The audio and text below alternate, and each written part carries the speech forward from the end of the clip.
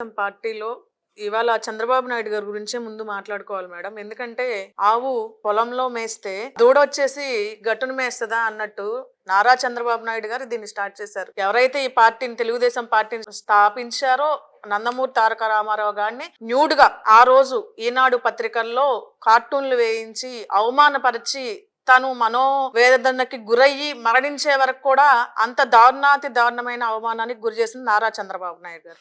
అదే పరంపరను కొనసాగిస్తూ నారా లోకేష్ గారు కూడా ఇప్పుడు డిజిటల్ యుగానికి తగ్గట్టు డిజిటల్ ప్లాట్ఫామ్స్ ని యూజ్ చేసుకొని ఇంకా క్రూరాతి క్రూరంగా ఎంతగా అంటే మా ఇంట్లో ఉన్న వాళ్ళైతేనే ఆడవాళ్ళు, మా ఇంట్లో ఉన్న ఆడవాళ్ళు స్పెషల్ గా ఆకాశంలో నుంచి దిగి వచ్చిన దేవతలు, మిగతా ఎవరైనా సరే మహిళలు కాదు. అది మా పార్టీలో పనిచేసినా లేదంటే వేరే ఏ పార్టీలో పనిచేసినా కూడా వాళ్ళు మహిళలు కాదు అని అంటారు. ఎందుకు అంటే పార్టీలో పనిచేసినప్పుడు వాళ్ళకి ఎన్ని రకాలుగా ఎంత అనుకూలంగా మనం పనిచేసినా మన ఆత్మ గౌరవాన్ని నిలబెట్టుకొని మేము పనిచేస్తాము, మేము మర్యాద పూర్వకంగానే పనిచేస్తామంటే అక్కడ వర్కౌట్ అవ్వదు, జరగని పని. ఎందుకంటే వాళ్ళు చెప్పినట్టు విని వాళ్ళకు అనుకూలంగా ఉన్న వాళ్ళకు మాత్రమే అక్కడ గౌరవం దక్కుతుంది, గౌరవప్రదమైన పదవుల్లో ఉంచుతారు, గౌరవప్రదమైన స్థానాల్లో ఉంచుతారు. లేదు నేను మీరు చెప్పినట్టు వినను, మీకు ఇష్టమైనట్టుగా నేను అనుసరించను, నేను నా ఆత్మ గౌరవాన్ని చంపుకొని ఈ పార్టీలో పనిచేయాల్సినంత అవసరం లేదు అంటే వాళ్ళ సీనియారిటీకి వాళ్ళ కష్టపడే తత్వానికి విలువ లేదు అని చెప్పేసేసి వాళ్ళకంటే ముందుగా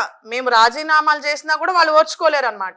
రాజీనామా చేసినా కూడా వీళ్ళని ఎట్లా రోడ్డుకి ఇచ్చాలి, ఒక మహిళని ఏమి చేస్తే అవమానంగా ఫీల్ అవుతుంది, ఏమి చేస్తే సమాజంలోకి రాకుండా ఉంటది అని చెప్పేసి ఆలోచించుకొని వాళ్ళు అవసరమైతే ఒక మహిళని సోషల్ మీడియా ప్లాట్ఫామ్ గా నగ్నంగా నుంచోబెడతారు. అవసరమైతే ఈవిడ అసలు సంసార పక్షమైన వ్యక్తి కాదు, రోజుకొక 30 మందితో వ్యభిచారం చేస్తేనే ఈ రోజు ఆ ప్లేట్లో అన్నం పెట్టుకొని తింటుంది అని చెప్పేసి అంటారు. దానికి కూడా ఆ అవమానాలకు కూడా తట్టుకొని మన ఆత్మస్థైర్యాన్ని మన కుటుంబ సభ్యులు ధైర్యం ఇచ్చో లేదంటే నాతో ఉన్న నా సోదరులు, నేను పనిచేసే పార్టీలో ఉన్న ముఖ్య నాయకులు, నాకు సపోర్ట్ చేసే మహిళలు ఎవరైనా సహాయం చేసి నాకు ధైర్యం చెప్పి నేను నిలబడినా కూడా అవసరమైతే ఫిజికల్ గా వాళ్ళని అవసరమైతే చంపుతారు, లేదంటే ఫిజికల్ గా ఎంత దారుణానికి దారి తీసైనా సరే వాళ్ళని హింసించి సమాజంలో వీళ్ళు జగన్మోహన్ రెడ్డి గారి గురించి కానీ లేదంటే ఆయన ప్రభుత్వంలో జరిగే మంచిని గురించి కానీ మాట్లాడటానికి వీల్లేదు. వీళ్ళు అవమానపడాలి, అవసరమైతే ఆ ఊరు నుంచి వెళ్ళిపోవాలి, లేదంటే చచ్చిపోవాలి. వాళ్ళు చెప్పే జడ్జిమెంట్ చచ్చిపోవాలనేది కంక్లూజన్ కింద వాళ్ళు మనల్ని జడ్జ్ చేస్తూ ఉంటారు. కానీ ఇవాళ నాలాంటి మహిళలు, నా కుటుంబం సపోర్ట్ ఉండో, నా చుట్టూ ఉన్న నా పార్టీ సపోర్ట్ ఉండో, నాలాంటి వాళ్ళు కొంతమంది రాజకీయ పరంలో ఉన్న వాళ్ళందరూ నిలబడగలిగారు. కానీ గీతాంజలి లాంటి ఒక బీసీ సామాన్య కుటుంబానికి సంబంధించిన మహిళ తను తట్టుకోలేని పరిస్థితికి వచ్చిందంటే ఆమె చేసిన తప్పు ఏమీ లేదండి.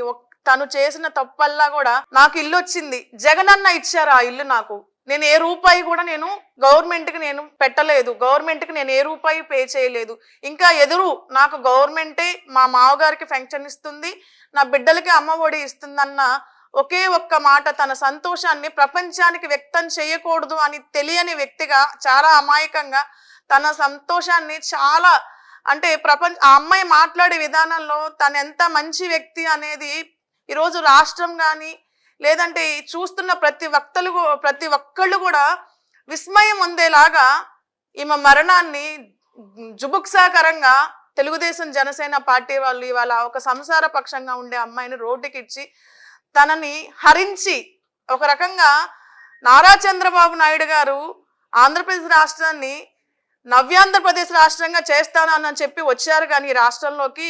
కానీ ఆయన చేసింది ఏంటంటే తెలుగుదేశం పార్టీలో పనిచేసిన నరమాంస భక్షకుల్ని ఆంధ్రప్రదేశ్ రాష్ట్రంలో మహిళల మీదకి వదిలిపెట్టారు అనేది ఇదొక ఉదాహరణ, నాలాంటి వాళ్ళు ఉదాహరణ.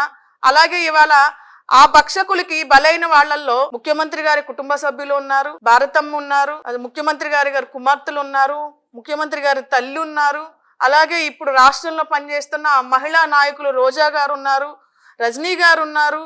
ఇంకా చెప్పాలంటే ఎంతో మంది తెలుగుదేశం పార్టీలు ఈ పార్టీలో మేము భరించలేము, మేము మనుగడ కొనసాగించలేము అని చెప్పి బయటకు వెళ్ళిన దివ్యవాణి గారు అవ్వచ్చు, కవిత గారు అవ్వచ్చు, లేదంటే ఇంకా జయప్రద గారు అవ్వచ్చు, ఇలాంటి వాళ్ళందరూ కూడా పనిచేసే వరకు దేవతలు, పనిచేసే వరకు వాళ్ళ ఫైర్ బ్రాండ్ లో అవుతారు తెలుగుదేశం పార్టీలు. ఆఫ్టర్ వాళ్ళు ఎప్పుడైతే తెలుగుదేశం పార్టీలో మా మనుగడ మేము ఇక్కడ కొనసాగించలేము, వీళ్ళ వ్యవహార శైలిని మేము సమర్థించలేము, మా వల్ల కాదు అని చెప్పేసి బయటకు వచ్చినప్పుడు మాకు ఇలాంటి అవమానాలే మిగులుతాయి తప్ప, లేదంటే మరణమే వాళ్ళు మాకిచ్చే బహుమానం. ఆ మరణాన్ని కూడా మేము జయించి మేము సమాజంలో మాలాగా వేరే వాళ్ళు బలవుకోకుండా వాళ్ళు కొంచెం మెలకుగా ముందుకు రావాలి సమాజంలో.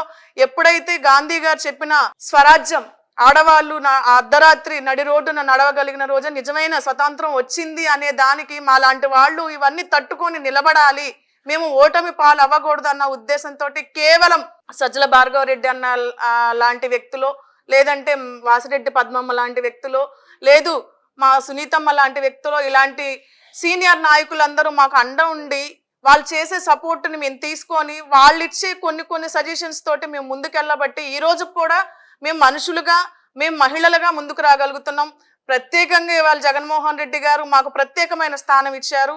అందులో బీసీలకు ఎక్కువ ప్రాధాన్యత ఇచ్చారు కాబట్టి ఈ సంఘంలో మేము గౌరవంగా మనుషులుగా తిరగగలుగుతున్నాం. అలాగే ఈ రోజున ఎన్టీఆర్ ఇక్కడ ముఖ్యమైన విలన్ ఎవరు అంటే నారా లోకేష్ గారు అండి. ఇవాళ నారా లోకేష్ గారు ఆధ్వర్యంలో ఐటీడీపీ సోషల్ మీడియాని మానస పుత్రికగా స్వీకరించి ఆయన ముందుకు నడుపుతున్న విధానం, వైజాగ్, బెంగళూరు, హైదరాబాద్ లాంటి ప్రాంతాల్లో జీతాలు ఇచ్చి మరి ఒక్కొక్క మనిషికి 25,000 నుంచి 40,000 రూపాయలు జీతాలు ఇచ్చి మరి ఇలా మహిళల మీద మీరు దారుణాతి దారుణంగా, అసభ్యకరంగా, జుగుప్సాకరంగా మీరు వాళ్ళ మీద దాడులు చెయ్యండి. గుంపులుగా ఒక్కసారే మూకుమ్ముడు దాడులుగా కామెంట్స్ లో అవ్వచ్చు, లేదంటే వాళ్ళను మార్ఫింగ్ చేసే విషయంలో అవ్వచ్చు, ఒక్కసారిగా వాళ్ళ మీద దాడి చేసి వాళ్ళు సోషల్ మీడియా ప్లాట్ఫామ్ అనేది అసలు ఇక వాళ్ళు క్లోజ్ చేసుకొని వెళ్ళిపోవాలి. ఎవ్వరు కూడా జగన్మోహన్ రెడ్డి గారు చేసే మంచిని బయటికి తీసుకురావద్దన్న ఉద్దేశంతోనే ఇలాంటి వాటికి పాల్పడుతున్నారు.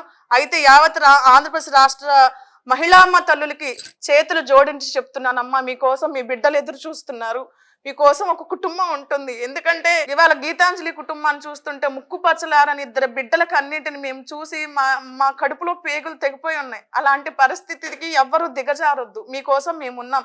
మీకోసం మనం ప్రియతమ ముఖ్యమంత్రి గారు జగన్మోహన్ రెడ్డి గారు ఉన్నారు, మనకు అండగా ఉన్నారు. మన కోసం వైఎస్ఆర్సీపీ పార్టీలో పనిచేస్తున్న మహిళా అమ్మ తల్లులందరూ మీకు తోడుగా ఉన్నారు. దయచేసి మీకు చేతులు జోడించి చెప్తున్నాను, ఎవ్వరు కూడా ఇలాంటి దారుణానికి పాల్పడద్దు. ఎవడో వెదవచ్చి మిమ్మల్ని అన్నంత మాత్రాన మీ మాన ప్రాణాల విషయం గురించి మీ కుటుంబ సభ్యులకు తెలుసు, నీ భర్తకు తెలుసు, నీ చుట్టూ ఉన్న నీ కుటుంబ సభ్యుల సమాజం వాళ్ళందరికీ తెలుసు. ఎవడో వెదవ అన్నంత మాత్రాన నువ్వు మలినపడవు, ఎవడో అన్నంత మాత్రాన నువ్వు దోషివి కాదు, నువ్వు నిర్దోషివే, నిజాయితీ పర్రాలువే.